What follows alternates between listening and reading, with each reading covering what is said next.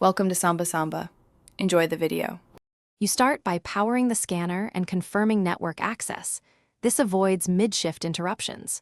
Once powered, check battery level and attach the cradle if you need continuous charging. Make sure the scanner is paired to the warehouse Wi-Fi or the host terminal, because scanning only updates inventory in real time when connected. Then open your inventory app and sign in with your user ID. This authenticates actions and logs changes to prevent sync conflicts down the line. You now perform the core scanning steps. Aim the emitter at the barcode, keeping the scanner about 15 to 30 centimeters away for most labels, and squeeze the trigger to capture. Once the read beeps or vibrates, verify the on-screen item, quantity, and location. This prevents mispicks. When handling many items, switch to batch mode to queue scans, then review and transmit in one go. Make sure to close or confirm each record, so the system logs the movement properly.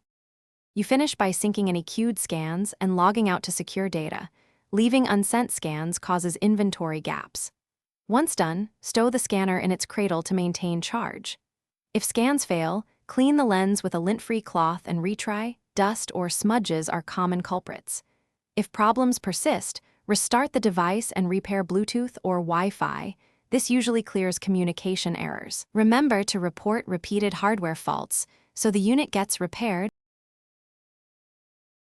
Thanks for watching. Consider subscribing if we helped you.